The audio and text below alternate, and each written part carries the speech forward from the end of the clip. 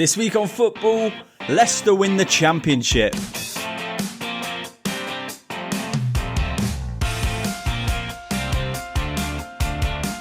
Palmer pings it.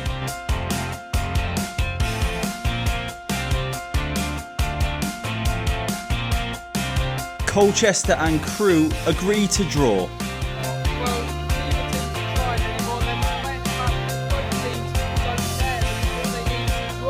Ben White tries to take Vicario's gloves. Fan enjoys his first sip.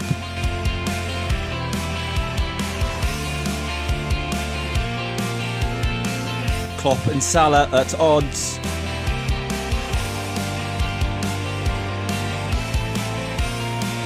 And Yannick Bolasie still has defenders on strings.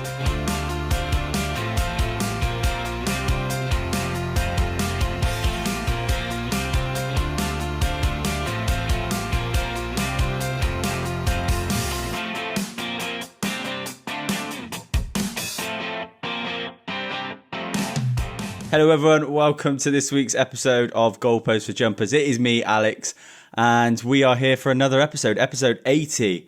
Thanks for coming along for the ride for another 40 episodes this season.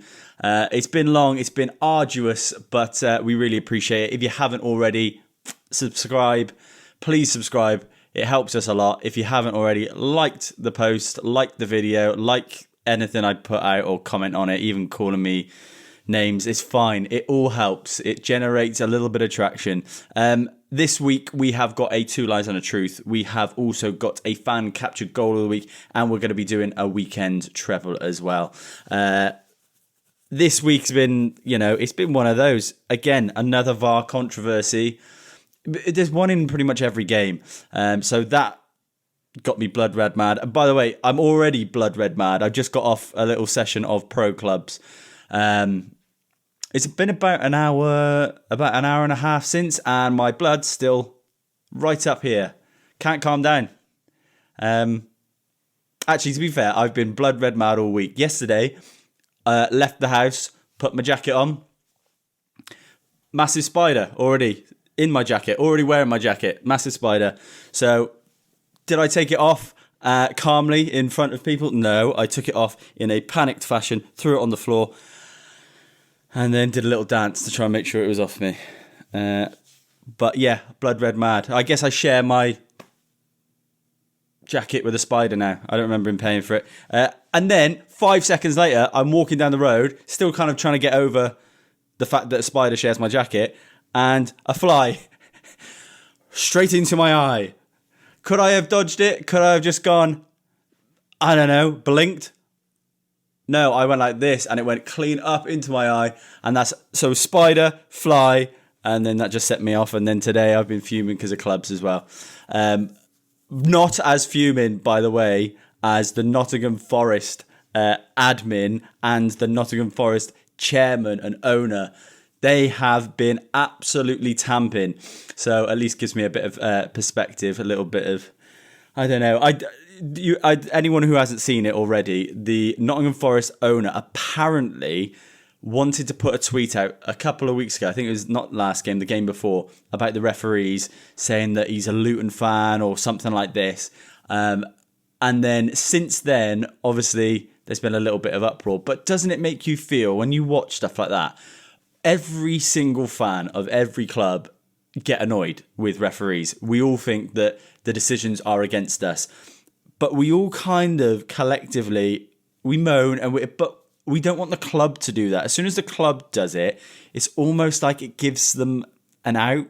And Gary Neville put it really well this week. And he said, if you as a club, if your manager, if your owner is saying, every week we're getting these decisions, the reason why we are where we are because of these decisions, the players, it's going to infiltrate the players, and they're going to be thinking, it gives them an excuse. And as soon as you give a player, a group of players, an excuse, subconsciously you're going to lean into that. And there's no surprise, since obviously Mark Clattenburg came in. Mark Clattenburg was hired, the ex-referee was hired by Nottingham Forest to advise them on referee decisions. Since that, I think they've only won 2 in 10 whereas prior to that they'd won 4 in 10. And yeah, obviously got beat by City. That anyone can get beat by City, but the referees, everything, like, just be professional as a club. It's not hard. The tweeting like you're a 5-year-old child angry because his team's losing, it's just so ridiculous. If anyone hasn't seen that, I'll put the tweet up. It's absolute madness. I couldn't believe it was actually the Forest account, like official account, that was saying it.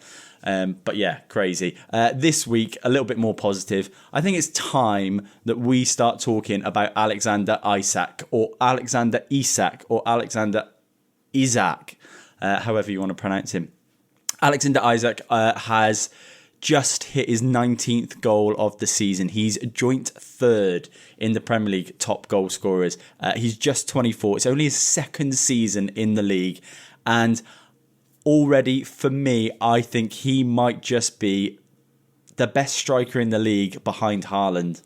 And it's a big statement, but when you really look at the strikers in that league, you know, the best league in the world, you could argue, there's not really the old school classic clinical finishers, out and out strikers.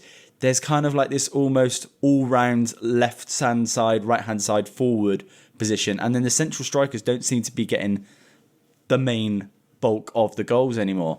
But I think Alexander Isak, what he has done last season, just kind of bedding in. He was brilliant last season. He's obviously on penalties now, so that helped. But he's cold as ice from the spot. He is quick. He has, you know, a yard of pace, well, a couple of yards of pace. Really tricky, great dribbler.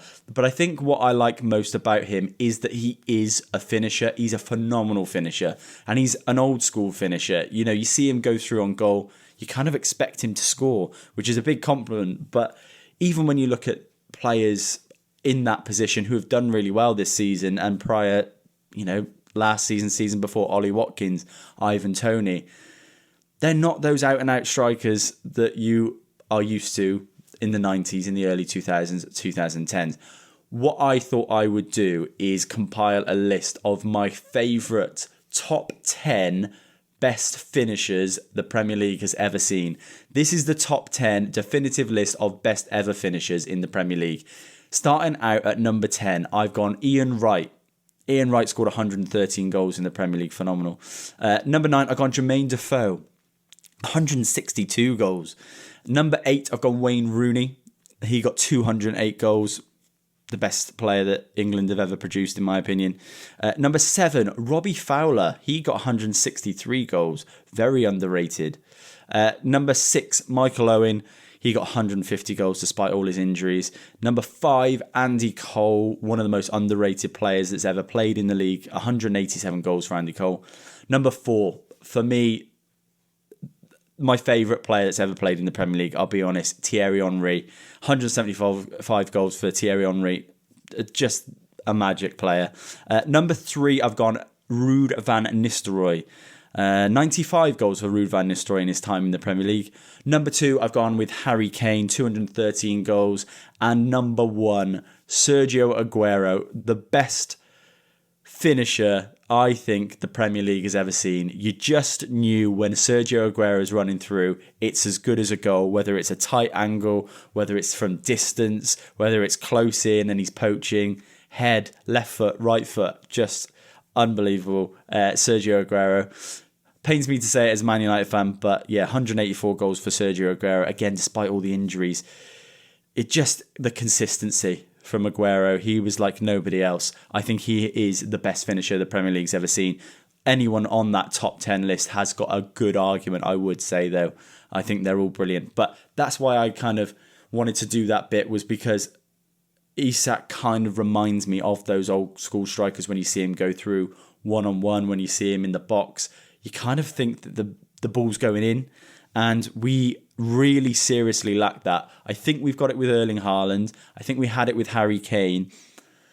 But you start scratching your head thinking, who else since like the old school Michael Owen, Jermaine Defoe, Robbie Keane, those sort of players?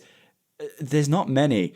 The reason why I think Haaland will be on that list but isn't on that list, I just want to see him maybe for about another 3 or 4 seasons, and I think he'd be right up there because he is an old school striker. Something that I've noticed a lot of Premier League strikers don't seem to do, which Haaland does do. It's almost like he practices every movement that he plans in front of goal. And I'm not saying the other strikers don't practice in front of goal, but when Erling Haaland's got the ball, he can fake, go left and then go right. And he knows his touches that lead him to take a defender that way and cut across. He showed that, demonstrated that against Nottingham Forest at the weekend. But even if it's in the box, he knows what he's doing on his left foot. He knows what he's doing on his right foot. When he's through one-on-one, it's like he'll take it out, step in, bend it round. He knows what finish he's going to do before he even gets there. It sounds easy, sounds basic, but something that Van Persie, that previous strikers Michael Owen and even Harry Kane has talked about doing. Predominantly, I heard Thierry Henry talking about this. They knew the types of finishes they were going to do in every situation. No matter how the ball arrived at their feet, they knew what finishes they were going to do in that specific situation. And I don't feel like many Premier League strikers do. I think they're so focused on their all-round game, build-up play, passing, linking things in, that there's no kind of traditional number 9s that are goal poachers, the Michael Owens of the world, Jermaine Defoe's. And, I put Wayne Rooney on there. I know he's an all-round player, but I think he was a phenomenal finisher as well. But yeah, I thought I had to do that. Alexander Isak really impressed me. Another couple of goals this week. And just, a really classy player. And I'm really jealous of Newcastle having him because, boy, to teams like Man United, Chelsea, do we need him? And obviously, Arsenal as well. I think there's been links there that they're maybe going to get a bid in, but it would take about 150 million to get him. If you're Alexander Isak, do you not think maybe I'll stay at Newcastle, see where we go? They are building another transfer window, maybe a few extra players. As long as they keep their current spine. I don't know, I think Newcastle is still on the up as much as they've kind of fallen back ever so slightly this season. I think they're on their way back up again. Right, let's do a 2 Lies and a Truth. Guys, 2 Lies and a Truth, if you haven't watched any episodes before, it's basically where I have 3 crazy football stories. 2 are lies that I have made up. 1 is a true football story that is crazy. You have to guess which one is the true story. Story number 1. Craig Bellamy's agent once negotiated a deal for him at Cardiff that included a pet gerbil for his children. Story number 2. Chelsea left-back Ben Chilwell is distantly related to Paul Chuckle, one half of the hit children's TV series Chucklevision. Or is it story number 3? AC Milan legend Alessandro Nesta once spent a month on the sidelines after injuring his thumb playing PlayStation. 3 stories. One of those is true. You have to guess which one is the true story. I'll be telling you at the end of the show. We are going to let's do a weekend treble. I haven't necessarily been successful with this, but I have said stick with me. The idea was that if you put £10 every week on that treble, that by the end of the season, you'd be in profit.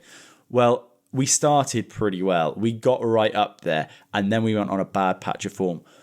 If this week's one doesn't come in, it's going to be hard to make up between now and the end of the season. We will be in a negative rather than a positive by the end of the season. So this week, it has to come in. Some of the craziest results, when I've put them in this treble, the obvious things that would happen, just the opposite happens. And it's happened every week that I've done it for the last 3 or 4 weeks. So this one, our luck has to change. The first selection is Leeds versus Southampton.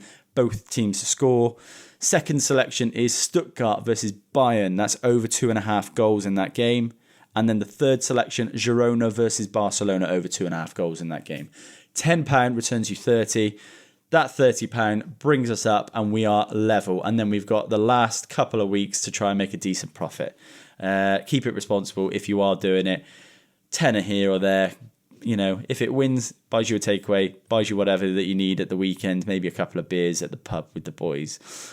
Talking, by the way, of the boys, I said at the start of the show that I've just been playing clubs. Does anyone else watch Girth and Turf? If you are a pro clubs player, you probably would have heard them. If you've been on TikTok, then you may have heard of them. essentially, it's Angry Ginge, a streamer, has got together kind of a few of these like kind of internet celebrities, but they've just drafted in Wayne Rooney as well, who's also playing in their side. It's madness. But, you know, it's quite entertaining. It's quite enjoyable. If you play it, then you will probably think the opposite. Watching, fine. Playing it is the most infuriating thing you ever will do. Playing it tonight has literally sent me west. But pro clubs, I was thinking, wouldn't it be great to do a podcast pro clubs where you've got a Goalpost TV team and then there's a few of us from the podcast, but also listeners of the show can get involved and also play, and we can draft you in. Let's hope that we can do that next season. If enough of you send me a message and say, yeah, you want to do that and you're into it, then we will start one, and we'll start streaming as well on TikTok for it, because that would be a good fun. We don't want to be the same. Look, they're in a different stratosphere at Girth and Turf, but I think we would offer a more fun environment. They're so intense, man. They're shouting at each other. They're getting arsey with each other. Whereas this would be a more relaxed, chilled, like the podcast is. It's going to be a more chilled team, pro clubs team. I say that, and then 5 minutes ago I just said to you that I've just lost my head at pro clubs. But I want to do that, and if enough of you say yeah, you fancy that, then we'll start doing it and we'll run trials, get a few of you on there.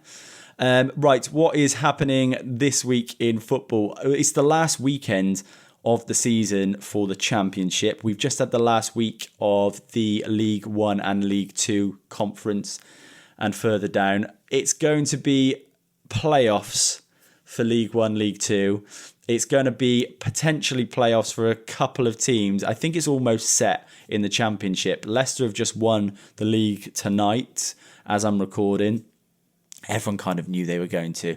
But Leeds Southampton, that's the one I put in the weekend treble. That is a huge game on Saturday, I believe it is. I don't know. It could go either way. But I think Leeds need to win to stop Ipswich getting automatic promotion. But if Leeds draw and Ipswich win, they go up. I don't know. There's some midweek games as well in between that. But wouldn't it be nice? I said it last week that wouldn't it be nice if we had someone different up there? I think Ipswich would be a breath of fresh air. I posted a video and I didn't include Ipswich. I thought it was kind of obvious because we haven't seen them in the Premier League for a while. But a lot of people piped up and said, hey, how can you not include Ipswich? No, Ipswich would be a pleasure. And under Kieran McKenna, I think would be amazing. What he's done since leaving Man United, and obviously leaving probably not with the best reputation. Under Ollie, we were kind of on a decline when he left. Him, Michael Carrick were involved in the back room, and what he did with Ipswich to come in, win league, go up in League One, and then get back to back if he potentially does go up in the Championship, that's phenomenal. And that is where I would say I'd have him at Man United. But I would have anyone at Man United right now over Erik ten Hag. And I'm not one that's going to call out, look, most people listen to these episodes. Not many people watch it, and I'm not going to put it in a clip or anything to put on TikTok in front of everyone because I'm not the type of person that wants to call a manager out. But isn't he just the worst manager in the Premier League? Like, tactically, I've never seen a worse coach team. I went through all the division. I've watched plenty of Championship football this season. I couldn't find, maybe Rotherham, maybe a couple of clubs that right down to the bottom of the Championship that have really struggled, where managers have come in, come out, not had enough time. But Erik ten Hag's in his second year, second full season, and we are the worst coach team in the top 40 teams in this country. And he has the audacity to come out and say that we're the most dynamic team and, you know, what we're doing is the right philosophy. Fix something, because it's not working. It's madness. And I look, with Ten Hag, I want him to succeed. It's not like I don't want him to succeed. I want any manager to succeed at Man United. But he's come in. What's he got? Why is Steve McLaren there? Has anyone actually even said this? What is Steve McLaren doing there? He had his time. We understand under Ferguson. Look, anyone under Ferguson, a decent enough coach would have been successful. So I don't like that he's built his success off that, and maybe in a couple of other countries. I think he was in Holland as well. But awful time as a manager for England. His reputation was in the mud, and then somehow a decade later, he ends up in the biggest club in the world, in the backroom staff as the number 2. I wonder if it's something to do with the Dutch connection. I don't know if them two have worked together. But look, if you want to blame Ten Hag, the manager, fine, but you've got to blame the backroom staff, because these are the coaches, these are the people on the pitch day in, day out. Ten Hag's got his philosophy, Steve McLaren and the other coaches will then implement it. But what they are doing is complaining about injuries, complaining about a lot of things. Look, our injuries have been horrendous, but complaining about injuries and all this, and not fixing the problem, not being pragmatic, not changing things. We've got our best ball playing centre-back who's missed pretty much the entire season. A lot of our play does go through that centre-back. Okay, what's plan B if he's not playing? Because there isn't one. We've then got Harry Maguire, who's not as good on the ball. And then we press up really high. The midfield presses up really high. And we've got 2 really slow centre-backs. Varane, obviously, not as quick as he used to be. And Harry Maguire. And they're pushed up halfway through the pitch. There's plenty of space. Any team... it drives me nuts. It drives me nuts. I don't want to talk about it. But Erik Ten Hag, is he not just the worst coach? I couldn't. There's literally not a manager. Then name me a manager, and I would take the only one manager I wouldn't take over Erik Ten Hag at Man United is Jose Mourinho, because of the chaos he causes at the club. Any other manager, bring me anyone. Sean Dyche, Iraola, Gary O'Neill. I'd take them all over Erik Ten Hag. I genuinely would. Madness. I posted a video last week, by the way, about Nicholas Jackson being arguably the worst striker to ever score 10 plus Premier League goals. I was expecting a little bit of back and forth with people just over the fact that, you know, he's his first full season. Maybe some of the other players I put in there were a little bit controversial because I did a little breakdown of some other players. But the backlash I got of some of those players was madness. How can you say this about Andre Ayew? He's a legend. How can you say this about Adam Lafondra? He was top draw. I never once said any of these players are bad players.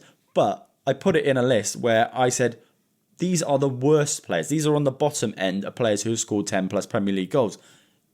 Those lists include some of the best players that have ever played in the world. Harry Kane's. I named half of them. Van Nistelrooy, Thierry Henry. These players all scored 10 plus Premier League goals. It just so happens when you score 10 Premier League goals, I put it in a list, and it could be any one of those. Well, Glenn Murray's not better than Thierry Henry, so he's going to be on the worst side. I don't get it. People didn't understand that. But, you know, granted, there were a few that I put in there intentionally controversial. Guys, let's do the 2 lies and a truth answer. I said to you 3 crazy football stories earlier in the show. One of them's true. 2 of them are lies. The first one was Craig Bellamy's agent negotiated a deal to get his children a pet gerbil, in a deal for him at Cardiff. That was story number 1. Story number 2 was Chelsea's left back Ben Chilwell is related to Paul Chuckle from Chucklevision. And then the story number 3 was AC Milan legend Alessandro Nesta was injured for a month on the sidelines from playing PlayStation. That probably sounds like the least realistic, but actually that was the true story. How is that possible to injure your thumb and end up not being able to play football for a month? True story, apparently, by all accounts. I promised you a fan-captured goal of the week. How could it not be this one? It was the North London derby this weekend, and what a game it was. The video that's been going viral all week, if you haven't seen it, is of a Tottenham fan giving dog's abuse to Declan Rice from a corner. And he's right there shouting in his face, just behind him as he's taking the corner. He takes the corner, Kai Havertz scores. And yeah, you watch him run away. I'll put the clip in here. It's brilliant because it's from the stands and it's captured by a Tottenham fan. I think that's my favourite thing about it. Have a look. It's brilliant.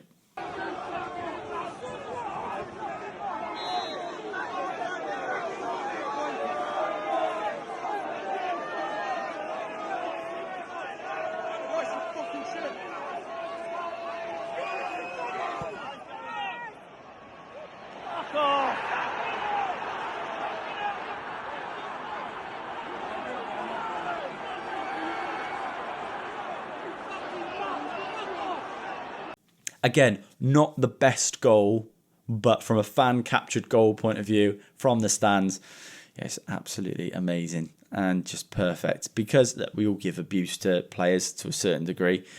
I mean, to a certain degree, but I don't know if anyone's seen it, but there's a video going round where there's a fan in the Burnley end, the away end at Man United, doing gestures, basically tragedy gestures. And this is where there's not even a fine line. It's a heavy line between it. That Tottenham fan there, giving that abuse to Declan Rice, I don't think there's anything wrong with that. As long as he didn't say anything out of the turn, I don't think there's anything wrong with that. You're trying to intimidate the opposition. You're trying to imprint whatever little bit of influence you can on your team and help them positively. It's hilarious that it went the opposite way, but that's fine. I don't think there's anything wrong with that. But then there's that side of it, which is like the tragedy chanting and stuff like that, which is just disgraceful. That does lead me on to Marcus Rashford. This week, he has come out and basically he's shown to everyone that he's going through something. We understand it. You know, he's blacked out his profile picture. He's taken his header off Twitter and he's basically said, enough is enough. Fine. Okay. But it did get me thinking, how many other players have received a similar level or even potentially more abuse than Marcus Rashford has? And I thought, look at Manchester United's squad already. Anthony gets more abuse than Marcus Rashford. Harry Maguire has been in the mud for years. 2-3 years. Since his move to Man United, he has all sorts of abuse.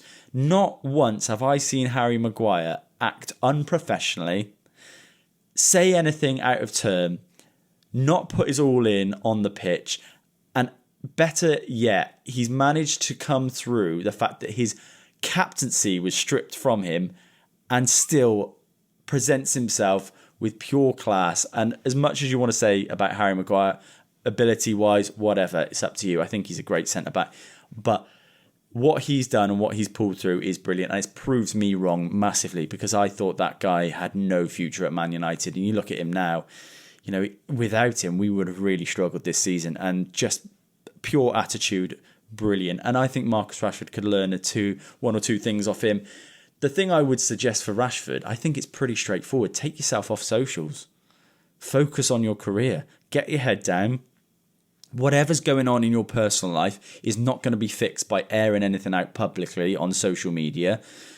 If you're getting that much abuse, understand that this is what happens when you're a Man United player. Unfortunately, Harry Maguire's gone through it. Anthony's going through it at the moment. All sorts of players. Bruno Fernandes even gets it, and he's the only one who can pretty much hold his head up high in terms of performances. So everyone gets it. Look at the Chelsea players at the moment. Enzo Fernandez, Moises Caicedo. You know, there is a line again there between abuse and criticism. And I think what some people are, I think maybe thinking is abuse is criticism. If you go out there and say this player is not good enough, he can't do this, can't do that, that is criticism. If you're going out there saying something personal and personally attacking a player like Rashford, then yes, that's abuse. But I don't think you should conflate the two. I think you're in a position where you are open to criticism and that's what you're paid to do. You're paid to be there and be kind of strong enough mentally to take it. Obviously, it's a new era of social media and it's more difficult these days than it was previously. But I just think it's like myself. If I post a video on social media, I am opening myself up to abuse. I understand that. Criticism, fine. Abuse, no. And I'm always happy to, like in the comments, I'll always go back at people just like a little bit. All I'm trying to do really, I'm not upset. I'm just trying to wind them up so it gets them back on there, more views, more comments, and pushes the video out. But when you get into that world, football is that world.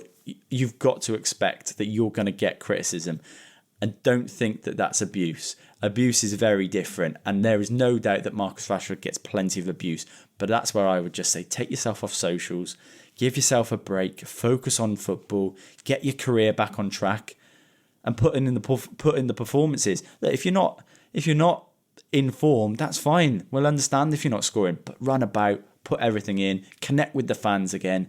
That's what he needs to do. But obviously he's gone the opposite way and blacked out his profile picture and made another statement. He said himself, if you believe in me, great. If you doubt me, better, or something like that. You can't then, I don't know. It's difficult because I don't know the level. I mean, obviously he must get thousands of comments and messages, negative, horrible comments. So I understand, and it is abuse, a lot of it, but majority of it is criticism, and you shouldn't conflate the two. I do think that players like Harry Maguire and those sort of players that have had that and have still come through, Bruno Fernandes still connecting with the fans. I think this is a period of time where Marcus Rashford has to rely on the Man United fans more than ever, and creating a divide between them and a disconnect, I don't think it's the right thing to do. But hopefully he gets it back on track, and then in the Euros makes a statement and England wins something. You never know.